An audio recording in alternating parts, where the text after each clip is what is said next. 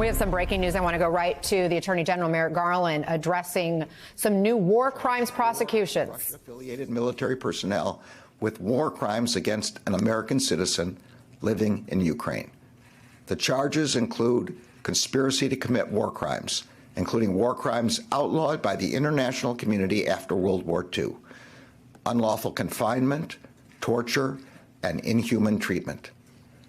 Like all defendants in the U.S. criminal justice system, the defendants in this case are entitled to due process of law and are presumed innocent until proven guilty.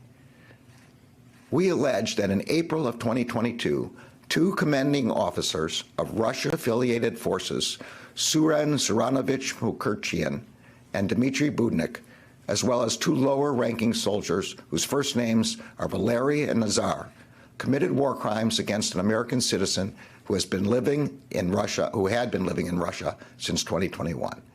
The victim was living in Miloravye, a small village in southern Ukraine, and was not participating in the armed conflict between Russia and Ukraine. As such, the victim was what is known as a protected person under international law. After Russian forces invaded Miloravye, the victim was abducted from his home by three of the defendants, Mukherjian, who was one of the commanding officers, and Valery and Nazar, the lower-ranking soldiers, and their co-conspirators. During the abduction, we allege that those defendants threw the victim to the ground while he was naked, tied his hands behind his back, pointed a gun at his head, and beat him with their feet, their fists, and the stocks of their guns. We allege that they forced him into a building that Russia-affiliated forces were using as a jail and into a closet that they were using as a jail cell. We allege that as they interrogated him, they tortured him. They beat him again with a gun. They punched him in his chest and stomach. They threatened to shoot him. They stripped off his clothes and took pictures. One of their conspirators threatened to sexually assault him.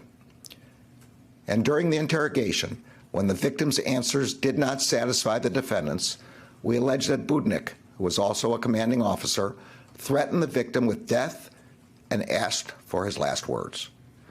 We allege that Nazar and other conspirators then took the victim outside. There, they forced him to the ground, put a gun to the back of his head. The victim believed he was about to be killed. They moved the gun just before pulling the trigger, and the bullet went just past his head. After the mock execution, the victim was beaten and interrogated again. At one point, he was told through an interpreter that he was, quote, going to sleep. And he was told by Mukherjian, quote, good night, leading the victim to believe again that he was about to be killed.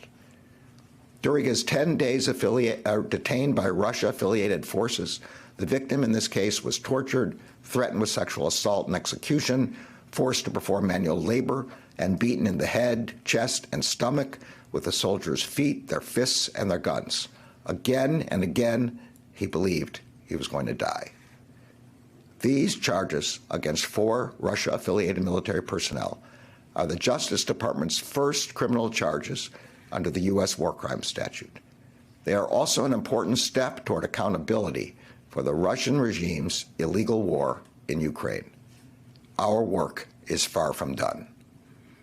I want to recognize the criminal divisions, including the Human Rights and Special Prosecutions Section and the War Crimes Accountability Team, the U.S. Attorney's Office for the Eastern District of Virginia, the FBI, and the Department of Homeland Security, including Homeland Security investigations. Their diligent and skillful work is what made these historic charges possible. I also want to recognize the incredible courage of our partners in Ukraine, specifically our counterparts in the Ukrainian Prosecutor General's office.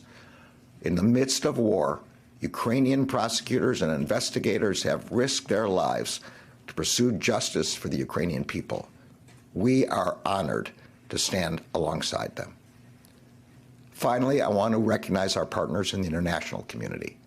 We will continue to work closely alongside them to gather evidence and build cases so that when the time comes, the United States and our partners will be ready to ensure accountability for Russia's war of aggression.